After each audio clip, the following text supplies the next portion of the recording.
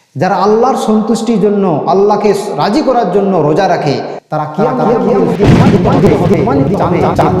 বিশেষ সুযোগ পাবে। আসসালামু আলাইকুম রহমতুল্লাহি বারাকাতুহু। আলহামদুলিল্লাহি রব্বিল আলামিন ও সালাতু ওয়াসসালামু আলা রাসূলিল্লাহ ও বাদ। পবিত্র রমজানের চতুর্থ দিনে স্বাগতম এবং আন্তরিক শুভেচ্ছা ও অভিনন্দন। রমজান ও রোজার ফজিলত, আল্লাহর রাস্তায় রোজার সওয়ামের ফজিলত।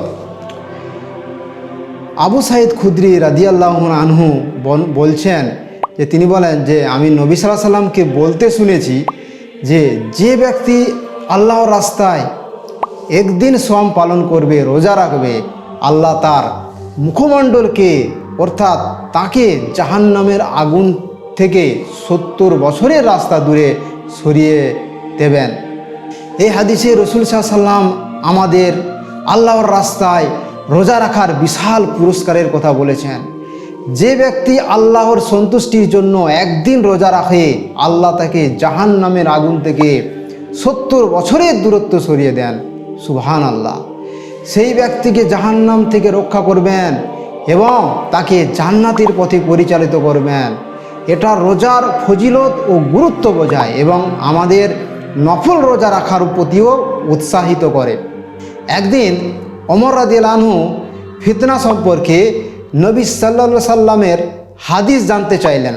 তো হুযায়ফা রাদিয়াল্লাহু আনহু বললেন যে নবী সাল্লাল্লাহু আলাইহি সাল্লাম বলেছেন যে পরিবার, সম্পদ ও প্রতিবেশী মানুষের জন্য ফিতনা হতে পারে, তবে সালাত, রোজা, সাদকা এসবের কাফফারা হয়ে যায়।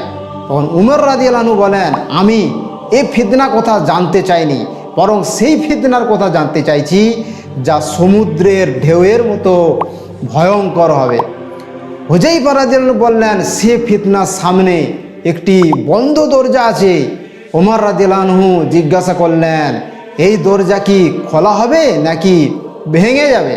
হুযায়ফা রাদিয়াল্লাহু আনহু বললেন এটি ভেঙে যাবে।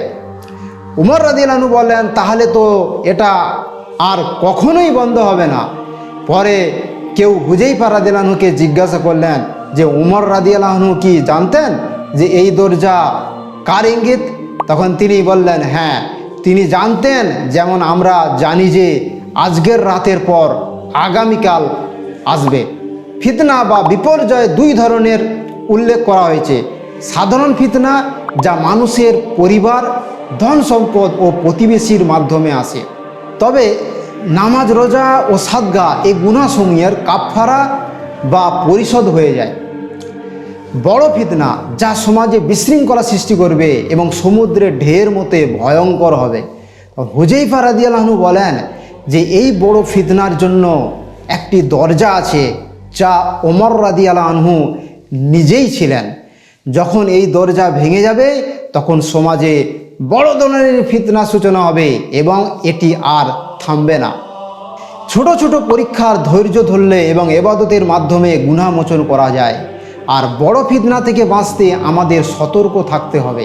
তাই ওমর রাদিয়াল্লাহু আনহুর শাহাদাতের পর মুসলিম উম্মার বড় বড় সংকট দেখা দেয়, যা এই হাদিসের ভবিষ্যৎবাণীকে সত্য প্রমাণ করে।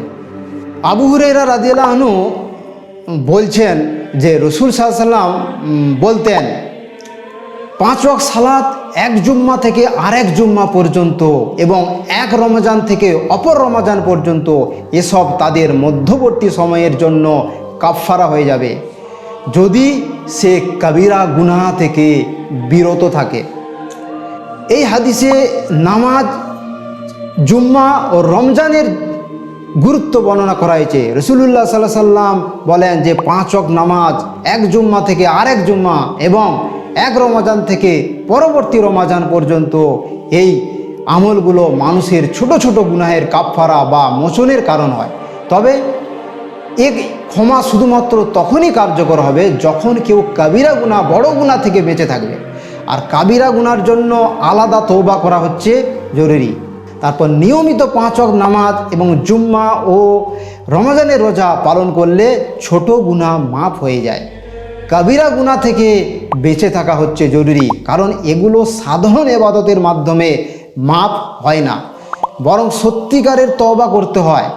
আর ইসলামের মৌলিক ইবাদতগুলো মানুষের পবিত্রতা আত্মশুদ্ধির উপায়। সাহাল রাদিয়াল্লাহু আনহু বর্ণনা করেন যে নবী সাল্লাল্লাহু আলাইহি সাল্লাম বলেন যে জান্নাতে রাইয়ান নামে একটি দরজা আছে, যা কেবলমাত্র রোজাদারদের জন্য। কিয়ামতের দিন ঘোষণা করা হবে, কোথায় রোজাদাররা? তখন তারা উঠবে এবং শুধুমাত্র তারাই এই দরজা দিয়ে জান্নাতে প্রবেশ করবে। যখন তারা প্রবেশ করবে তখন দরজাটি বন্ধ করে দেওয়া হবে, যাতে আর কেউ এতে প্রবেশ করতে না পারে। এই হাদিসে রোজার বিশেষ মর্যাদা বর্ণনা করা হয়েছে। আল্লাহ তাআলা জান্নাতে রাইয়ান নামে একটি বিশেষ দরজা নির্ধারণ করেছেন, যা শুধু রোজাদারদের জন্য। কিয়ামতের দিন রোজা পালনকারীর সম্মানিত করে এই দরজা দিয়ে প্রবেশ করানো হবে এবং তাদের প্রবেশের পর দরজাটি বন্ধ করে দেওয়া হবে, যাতে আর এতে কেউ প্রবেশ করতে না পারে। এটা প্রমাণ করে যে রোজাদারদের জন্য জান্নাতে বিশেষ মর্যাদা ও পুরস্কার রয়েছে। যারা আল্লাহর সন্তুষ্টির জন্য, আল্লাহকে রাজি করার জন্য রোজা রাখে, তারা কিয়ামতের দিন সম্মানিত হবে এবং জান্নাতে প্রবেশের বিশেষ সুযোগ পাবে। তাই আমাদের উচিত সঠিকভাবে আন্তরিকতার সঙ্গে রমজানের রোজাগুলো পালন করা এবং যথাসাধ্য চেষ্টা করা। আবু হুরায়রা রাদিয়াল্লাহু আনহু বলছেন যে রাসূলুল্লাহ সাল্লাল্লাহু আলাইহি সাল্লাম বলেছেন যে ব্যক্তি আল্লাহর পথে দান করে তাকে জান্নাতের বিভিন্ন দরজা থেকে ডাকা হবে। সালাত আদায়কারীকে সালাতের দরজা থেকে ডাকা হবে, জিহাদকারীকে জিহাদের দরজা থেকে ডাকা হবে, রোজাদারকে রাইয়ান দরজা থেকে ডাকা হবে, সাদগা দানকারীকে সাদগার দরজা থেকে ডাকা হবে। এই কথা শুনে আবু বকর রাদিয়াল্লাহু আনহু জিজ্ঞাসা করলেন, কেউ কি এমন থাকবে যাকে সব দরজা থেকে ডাকা হবে? তখন রাসূল সাল্লাল্লাহু আলাইহি সাল্লাম বললেন, হ্যাঁ, এবং আমি আশা করি তুমি তাদের মধ্যে থাকবে। এই হাদিসে আল্লাহর পথে আমল করার ফজিলত বোঝানো হয়েছে। যারা নামাজ, রোজা, জিহাদ ও সাদগা সহ নানা সৎকর্মে অগ্রগামী, তাদের জন্য জান্নাতে বিশেষ সম্মান থাকবে। তাই জান্নাতের দরজাগুলোর বৈশিষ্ট্য হচ্ছে প্রত্যেক ভালো আমলের জন্য আলাদা আলাদা দরজা থাকবে। বিশেষ কিছু লোককে নির্দিষ্ট দরজা দিয়ে ডাক দেওয়া হবে। সর্বোত্তম ব্যক্তি তারা যাদের সব দরজা থেকে ডাকা হবে। আবু বকর রাদিয়াল্লাহু আনহুর মর্যাদা। তিনি এমন মহান ব্যক্তি যিনি সব দরজা থেকে ডাকার সৌভাগ্য লাভ করবেন। এটা তার ঈমান, তাকওয়া, পরহেজগারিতা, আল্লাহ ভীরুতা এবং আমলের উচ্চ মর্যাদার প্রমাণ। আল্লাহর প্রতি বেশি বেশি সৎ কাজ করা উচিত। দান, সাদগা, নামাজ, রোজা, জিহাদ সব ইবাদতে মনোযোগী হতে হবে। একাধিক আমলে অগ্রগামী হলে জান্নাতে বিশেষ সম্মান লাভ করা যাবে। আয়েশা রাদিয়াল্লাহু আনহা নবী সাল্লাল্লাহু আলাইহি সাল্লাম থেকে বর্ণনা করছেন যে তারা শ্রম পালনকারী তাদের নিয়ত অনুসারে কিয়ামতের দিন উত্থিত হবেন। এই হাদিসে নিয়তের গুরুত্ব বোঝানো হয়েছে। কিয়ামতের দিন সিয়াম পালনকারীকে, রোজাদারকে অবস্থান ও প্রতিদান নির্ভর করবে তাদের নিয়তের উপর। নিয়তি আমলের হচ্ছে ভিত্তি। সোয়াম বা রোজা সহ সব ইবাদতে আল্লাহর জন্য খালেস নিয়তে করতে হবে। তাই সৎ নিয়ত অনুযায়ী প্রতিদান। কেউ যদি শুধু লোককে দেখানোর জন্য সোয়াম করে, রোজা পালন করে, তবে সে উপযুক্ত প্রতিদান পাবে না। রোজার মূল উদ্দেশ্য হচ্ছে তাকওয়া, আল্লাহ ভীরুতা, পরহেজগারিতা। তাই আমাদের রোজা শুধু না খেয়ে থাকার জন্য নয়, বরং আল্লাহর সন্তুষ্টির জন্য হতে হবে। এবং কিয়ামতের দিন প্রত্যেক শ্রম পালনকারী রোজাদাররা তার নিয়ত অনুযায়ী প্রতিদান লাভ করবে। তাই আমাদের রোজা হতে হবে সত্যিকারের খালেস ইবাদতে, কোনো রকম লোক দেখানোর জন্য নয় বা অন্য কোনো উদ্দেশ্য জন্য নয়। বরং অনেকে রোজা পালন করে তারা বিভিন্ন ডায়েটের কারণে, ডায়েট কন্ট্রোলের কারণে, শরীরকে ঠিক রাখার জন্য না। সম্মানিত দর্শক, আমাদেরকে রোজা রাখতে হবে একমাত্র আল্লাহর সন্তুষ্টির জন্য, আল্লাহর পরকালের জন্য। আবু হুরায়রা রাদিয়াল্লাহু আনহু বলছেন, নবী সাল্লাল্লাহু আলাইহি ওয়াসাল্লাম বলেছেন যে ব্যক্তি লাইলাতুল কদরে ঈমানের সাথে এবং সওয়াবের আশায় রাত জেগে ইবাদত করে, তার পিছনের সমস্ত গুনাহ মাফ করা হবে। আর যে ব্যক্তি ঈমান সহ সওয়াবের আশায় নেকির আশায় রমজানের রোজা পালন করবে তার অতীতের সমস্ত গুনাহ মাফ করা হবে। সুবহানাল্লাহ। এই হাদিসে লাইলাতুল কদর ও রমজানের রোজার ফজিলত হচ্ছে উল্লেখ করা হয়েছে।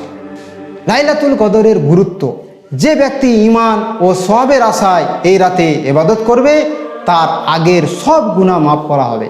রমজানের সিয়ামের গুরুত্ব যে আল্লাহর সন্তুষ্টির জন্য রোজা রাখতে হবে, তার পূর্ববর্তী গুনাহসমূহ ক্ষমা পাওয়া হবে। তারপর ঈমান ও ইখলাস, বিশুদ্ধ নিয়ত জরুরি। শুধু নিয়ম মেনে আমল করলে হবে না, বরং তা হতে হবে খাঁটি ঈমান, বিশুদ্ধ আকীদা, তাওহীদের উপর শিরক মুক্ত হতে হবে। সম্মানিত দর্শক, আজকে আমরা অনেকে আমল করছি কিন্তু শিরক বিদআত নিয়ে, ভুলভাল আকীদা নিয়ে, কুফরি আকীদা নিয়ে। সুতরাং সহি আকীদার ভিত্তিতে তাওহীদকে জেনে বুঝে সুন্নত মোতাবিক এবং বিদআত মুক্ত হয়ে নেক আমল করতে হবে। লাইলাতুল কদরে ইবাদত ও রমজানের রোজা যদি খাঁটি ঈমান ও সওয়াবের আশায় পালন করা হয় তবে আল্লাহ পূর্বের সব গুনাহ মাফ করে দেবেন। তাই আমাদের উচিত এ সুযোগ কাজে লাগানো। আল্লাহ যেন আমাদের তৌফিক দান করেন। তারপর নবী সাল্লাল্লাহু আলাইহি সাল্লাম রমজান মাসে অধিক দান করতেন। ইবনে আব্বাস রাদিয়াল্লাহু আনহু বলছেন যে নবী সাল্লাল্লাহু আলাইহি সাল্লাম ছিলেন সবচেয়ে দানশীল ব্যক্তি, তবে রমজান মাসে তিনি আরও বেশি দান করতেন। সারা বছর তো দান করতেন, তো রমজান মাসে সবথেকে বেশি দান করতেন। রমজানে জিবরিল আলাইহিস সালাম প্রতিদিন তার সাথে দেখা করতেন এবং তিনি তাকে কোরআন শোনাতেন। যখন জিবরিল আলাইহিস সালাম তার সাথে সাক্ষাৎ করতেন তখন নবী সাল্লাল্লাহু আলাইহি সাল্লাম বাতাসের চেয়েও দ্রুত ও বেশি দান করতেন। এই হাদিসে রমজানে দান খায়রাতের, দান সাদগার জন্য গুরুত্ব ও নবী সাল্লাল্লাহু আলাইহি সাল্লামের উদারতার কথা বর্ণনা করা হয়েছে, যে নবী সাল্লাল্লাহু আলাইহি সাল্লাম কত উদার ছিলেন। রাসূলুল্লাহ সাল্লাল্লাহু আলাইহি সাল্লাম ছিলেন সর্বোচ্চ দানশীল ব্যক্তি। বিশেষ করে রমজান মাসে তিনি আরও বেশি দান করতেন। রমজানে কোরআনের সাথে সম্পর্ক আরও গভীর করা উচিত। আমাদেরকে কোরআন বেশি বেশি পড়া উচিত এবং কোরআনের তাফসীর পড়া উচিত। কোরআন যাদের অল্প মুখস্থ তাদের বেশি মুখস্থ করা উচিত এবং আমাদেরকে রমজান মাস যেহেতু কোরআনের মাস, আমাদেরকে কোরআনের সঙ্গে বেশি সম্পর্ক কায়েম করতে হবে। রমজানে কোরআনের সাথে সম্পর্ক আরও গভীর করা উচিত, কারণ প্রতিদিন জিবরিল আলাইহিস সালাম নবী সাল্লাল্লাহু আলাইহি সাল্লামের সাথে কোরআন তেলাওয়াত করতেন, তাই আমাদেরও করতে হবে। দান ও ইবাদত বাড়ানো রমজানের বিশেষ বৈশিষ্ট্য। নবী সাল্লাল্লাহু আলাইহি সাল্লাম বাতাসের চেয়েও দ্রুত ও বেশি দান করতেন, যা আমাদের জন্য হচ্ছে অনুপ্রেরণা, একটা ইন্সপিরেশান, যাতে আমরাও নবী সাল্লাল্লাহু আলাইহি সাল্লামের মতো করতে পারি। রমজান শুধু রোজা রাখার মাস নয়, বরং দান, কোরআন অধ্যয়ন করা, কোরআন পড়া ও ভালো কাজের প্রতিযোগিতার মাস। সম্মানিত দর্শক, আমরা এই সময় অনেক মানুষকে দাওয়াত দিতে পারি, বোঝাতে পারি, যারা অন্যায় কাজের সঙ্গে জড়িয়ে আছে, যারা নামাজ পড়ে না, সালাত আদায় করে না, শিরক কুফরির মধ্যে আছে, যারা দুনিয়ার বুকে গুমরাহ হয়ে আছে, তাদেরকে আমরা এই সময়ে আমরা দাওয়াত দিতে পারি। এটাও একটি ভালো কাজ। নবী সাল্লাল্লাহু আলাইহি সাল্লাম সুন্নাহ অনুসরণ করে দানশীল হওয়া এবং সমাজের গরিব দুঃখীদের পাশে দাঁড়ানো।